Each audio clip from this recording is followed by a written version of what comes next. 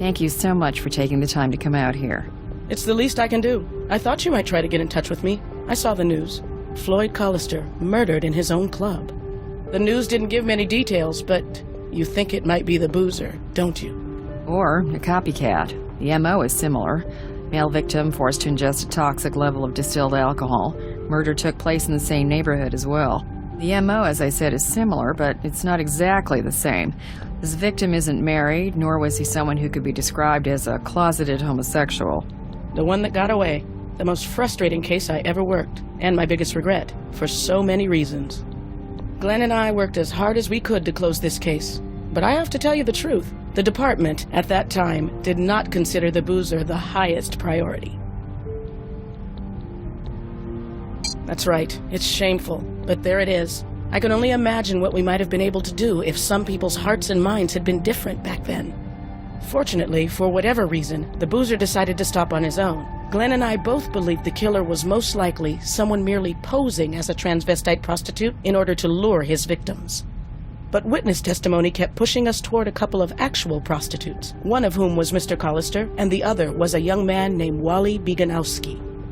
And I believe later on, those two gentlemen opened up a rather popular nightclub together. We've gone over the suspect file, but we're wondering if there's someone else we might be overlooking. There was this one guy. I'd have to go through my notes here to recall his name exactly.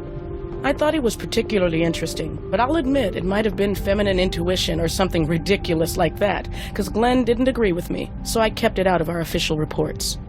What was intuition telling you about this guy? As I can recall, and you should definitely go over my notes here, these are the originals. This fella had been charged with assaulting one of the victims maybe 4 months before the murders began. Let's see if I can remember the scenario for you. So this John comes down to the neighborhood looking for some love for sale. He ends up picking up a prostitute outside a club on Barber Street, and this prostitute is dressed like a lady.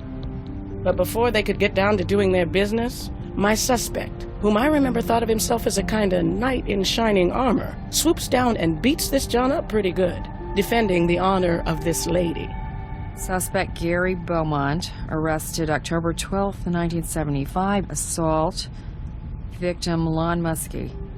Muskie was in the act of soliciting another male for the purpose of prostitution. Muskie released from police custody, not charged. Let me get this straight. Gary attacks this guy Muskie, and a few weeks later, Muskie becomes one of the Barber Street boozer victims? And then, 35 years later, who should discover our latest victim but Gary Beaumont.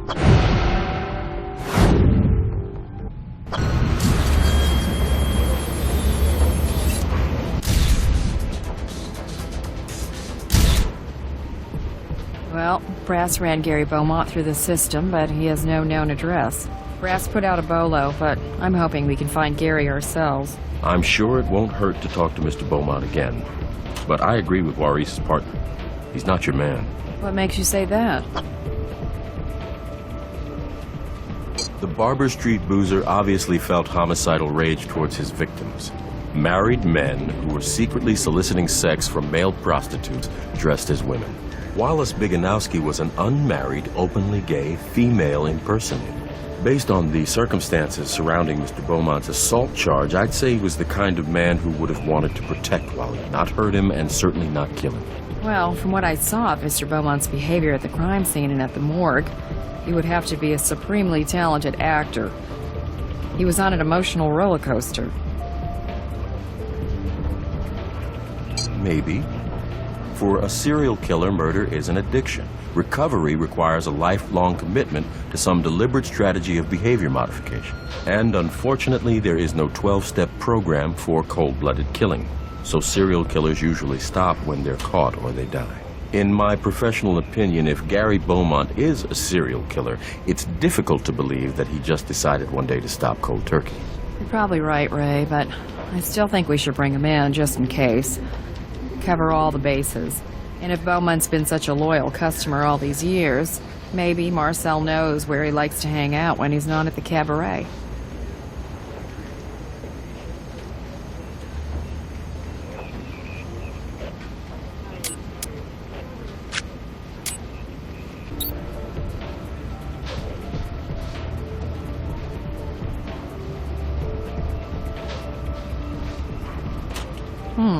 That's peculiar. Lon Muskie's name was written down in a different type of ink stock.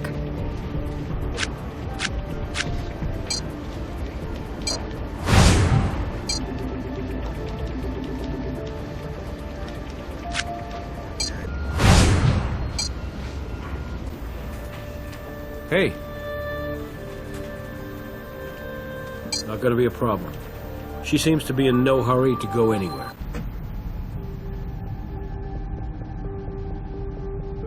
Gary?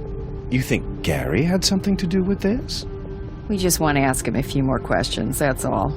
Gary's harmless. I mean, he's a pain in the ass because he's always just hanging around needing attention, but he couldn't really hurt anybody, I don't think. He gets thrown out of some places because he's awkward, a little strange. Sometimes he smells, but it's... he's homeless. I wanted to help him, but I never really had the time, you know? I mean, I didn't bother him when I found him pretty much living in the alley behind the club. Marcel, were you aware that back in 1975, Floyd Collister was on a list of suspects in the Barber Street murders? Yes, Floyd used to get into a lot of trouble with the police. He was a hooker and he took drugs. But, like I said, that's not the real reason why the police thought he was a deviant. Anyway, that's all water under the bridge now, isn't that right? He cooperated fully, as I recall, answered all the questions. They let him go, and after that, I decided that Floyd should move on, and he did.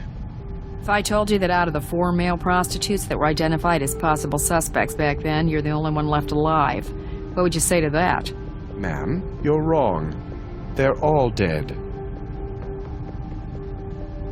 I'm sorry, but I really have nothing more to say to you.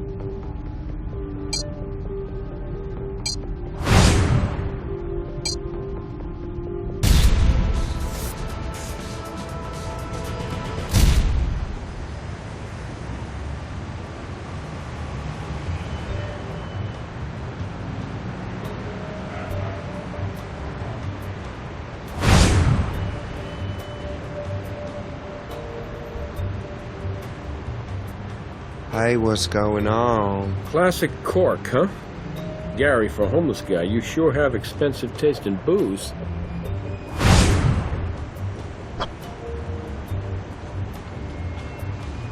Anyone can get in and out of the club through here.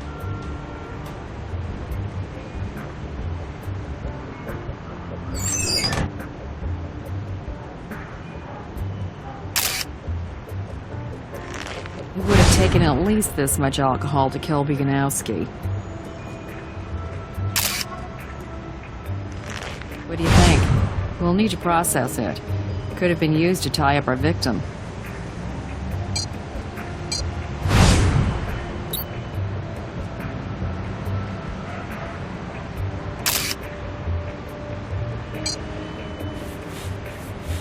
Tell you what, I'll buy you dinner if that DNA doesn't come back a match to our victim.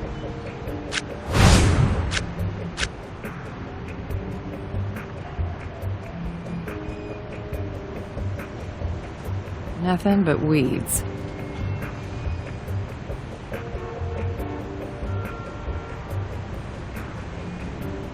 Not exactly a 4-star hotel. It's a love letter to Wally. From Gary. Hand over the bottle, Gary. Yeah, of course, here. Well, what's wrong? Why are you looking at me like that, huh?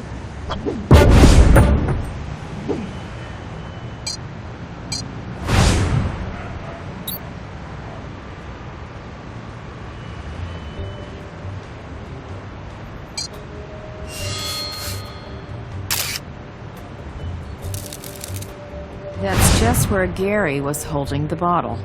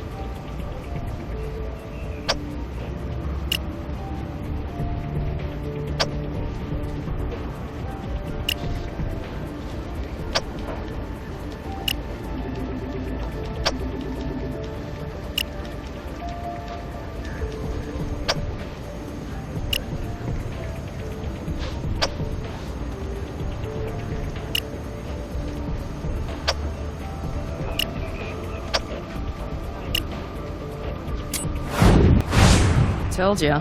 Too bad about dinner. Maybe next time.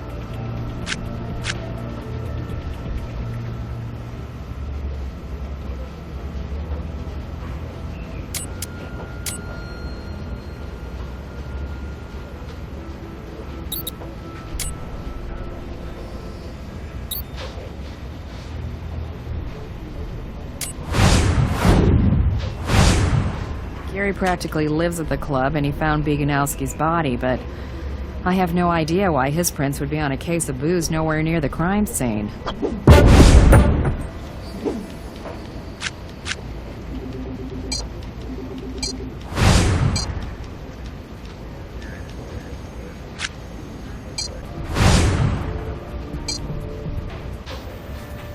What do you need? I'll see what I can do. Show me the evidence.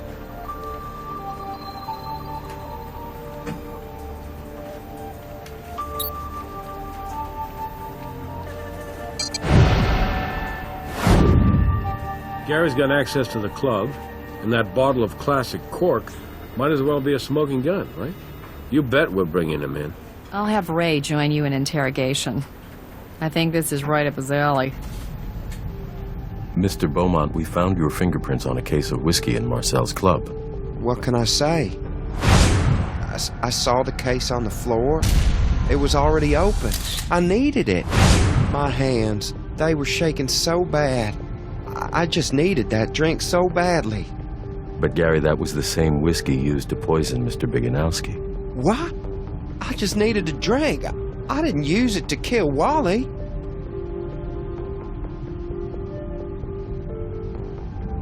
Makes us think you're keeping other things from us. No, it's not like I always sleep there. I try to stay at the shelter, but sometimes it's full, so I have to stay where I don't bother anybody. Open your mouth, please. Yes, of course.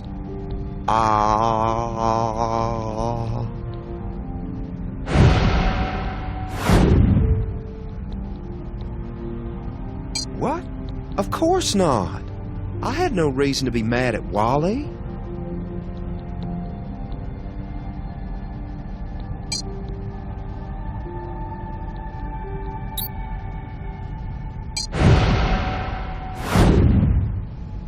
We found your letter to Wally. You had some real feelings for him. Too bad. He just wasn't that into you, huh?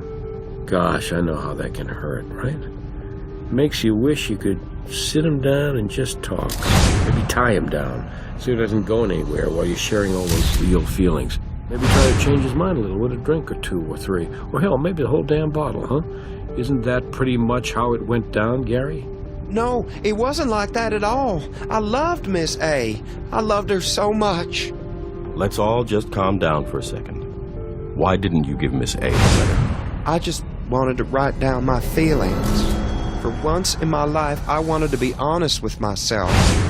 She knew how I felt about her. I told her. I said, I love you. And she looked at me, kind of puzzled, and said, it must be so nice to be able to say those words and mean them. And then she walked away from me. I wasn't even sure what she meant, but I had my answer. We would always just be friends. And I could live with that. That's a lovely story, Gary, but will a jury believe it? If you're innocent, you better start answering our questions. All of them. Okay, I'll tell you whatever you want. Why would I have an apron? Doesn't make sense. I'd never even seen that apron before. 4 months later, Muskie's found dead in his car off Barber Street. Lon Muskie, is that his name? I never asked. Sure, I beat him up, but he deserved it. He would take my friends out on dates, and they would come back bruised, sometimes bleeding. I wanted to teach him how to treat a lady in a language he would understand, but I didn't try to kill him. He should have gone to jail, but that detective, she let him go. But what can you expect, huh? You guys look out for each other, and I can't blame you. What do you mean, we look out for each other? Do you mean we cops look out for each other? Muskie wasn't a cop. No, you guys. You know, black people. I'm sorry, I mean African Americans. Oh, now I've gone and put my foot in my mouth. Well, that's what happened, okay? That black lady detective showed up and let him go. I don't remember exactly what she looked like. I remember that her badge surprised me. I'd never seen a black woman detective before. Wait a second, you're saying Detective Warris Briggs knew this guy and just let him go because she was black and he was black? Is that the load of bull you're trying to sell us about one of the most distinguished officers this department has ever known? Please, I'm only telling you what I remember. I'm not making anything up, I swear. Maybe it wasn't just a black thing. Come to think of it, the way they argued, maybe they knew each other. She did say she was giving him a ride home. I think. It was a really long time ago. Setting aside Mr. Beaumont's racial insensitivities, I think we need to take a better look at Detective Briggs' involvement in all of this. You want to know what I think? I think this guy's a lying sack. This is a photograph of Lon Muskie from the Barber Street murders case file. Is this the man you assaulted? No, that's not the guy. I'm sure I'd remember him, and that's not him. That's strange. But take a look at this photograph, then. This is another Barber Street boozer victim. His name is Matthew Dawes. Is this the man? That's him. That's the guy that hurt my friends. Matthew Dawes. If what you say is true, why would Warris write a different name in her notes?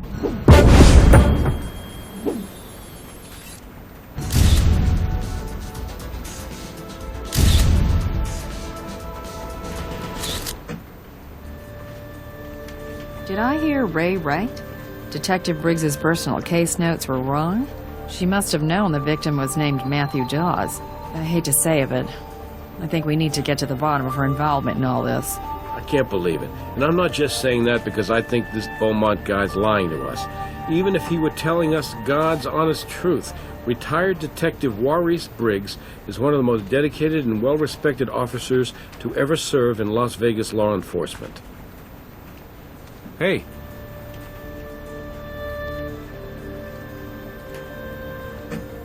No judge is going to permit you to compromise her rights without some very compelling evidence.